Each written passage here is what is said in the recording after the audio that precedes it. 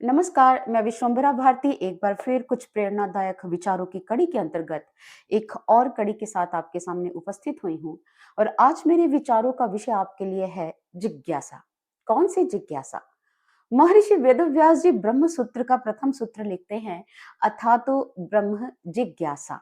यानी कि अब इसके बाद जिज्ञासा। किसके बाद जिज्ञासा?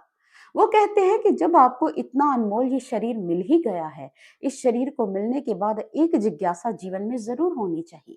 कौन सी जिज्ञासा? जिज्ञासा दो प्रकार की होती है। एक है ये भौतिक जगत की जिज्ञासा और एक होती है अभौतिक जगत की जिज्ञासा। भौतिक जगत जो ये संसार है, जिसमें हम विचरण करते हैं, व्यवहार करते हैं, ये भौतिक जगत है।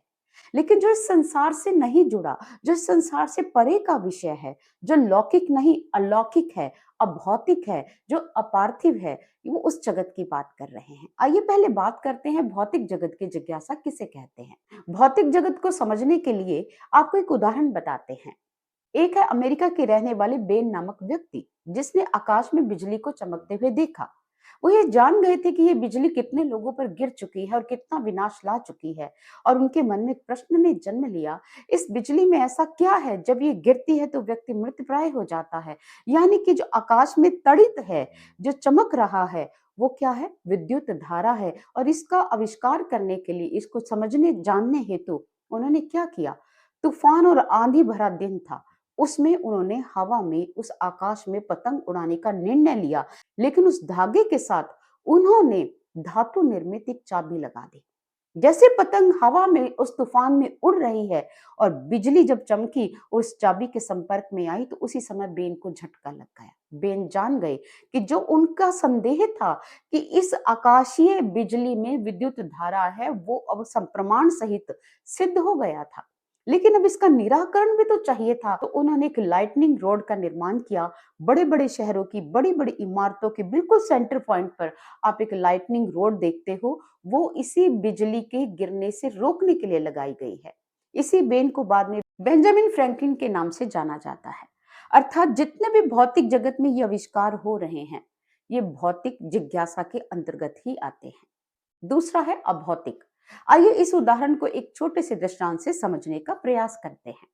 छंदोग्य उपनिषद में एक गाथा आती है कि आरुणि का पुत्र श्वेत केतु अपने पिता से ही शिक्षा प्राप्त कर रहा था, अपने पिता के गुरुकुल में।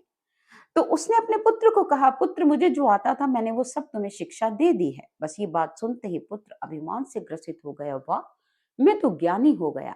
और वो आरुणि पुत्र श्वेत केतु क्षत्रियों की सभा में जाता है और जैवली प्रवाहन नामक राजा उस ब्राह्मण को सामने देखकर उससे प्रश्न पूछते हैं, क्या तुमने शिक्षा प्राप्त कर ली है? तो श्वेत केतु कहता, हाँ, मैंने शिक्षा प्राप्त कर ली है। जैवली प्रवाहन उनसे प्रश्न पूछते हैं। पहला प्रश्न, क्या तुम्हें पता है कि व्यक्ति मरकर कहाँ जाता है? वो कहता, नहीं जानता। क्या तुम्हें पता है मरकर व्यक्ति दोबारा से जन्म कैसे लेता है? नहीं जानता। क्या तुम्हें पता है देवयान और पितृयान अलग अलग हैं? नहीं जानता। क्या तुम्हें पता है कि इतने प्राणियों के मर जाने के बाद वो लोक भर क्यों नहीं जाता? नहीं पता। तो फिर तुम कैसे कह सकते हो कि मैंने अपने पिताजी से शिक्षा प्राप्त कर ली है? तुम्हारा ज्ञान तो अधूरा है। अपमानित होकर श्वेत केतु वापस पिताश्री के पास गया और कहा, पिताश्री, आपने क्या किया मेरे साथ?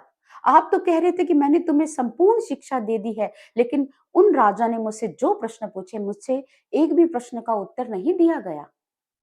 पिता ने कहा, कौन कौन से प्रश्न पूछे? और पुत्र ने ज्यों के त्यों सारे प्रश्न बता दिए। और इन प्रश्नों का उत्तर तो मानो अरुणी ऋषि को भी नहीं पता था। अरुणी ऋषि अपने मन की इसी जिज्ञासा का शमन करने के लिए जबली प्रवाहन नामक राजा के पास उस क्षत्रियों की सभा में फिर से जाता है।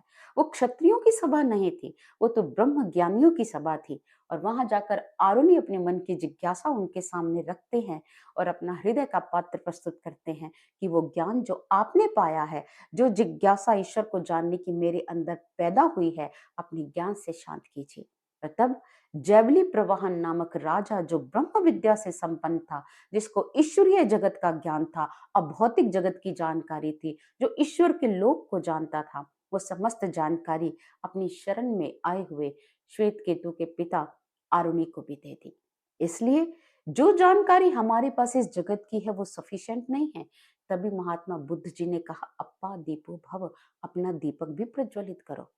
प्लेटो ने कहा, नो दाई सेल्फ, अपने आप को जानो, यही वास्तविक जिज्ञासा है और यही अभौतिक जिज्ञासा है। धन्यवाद।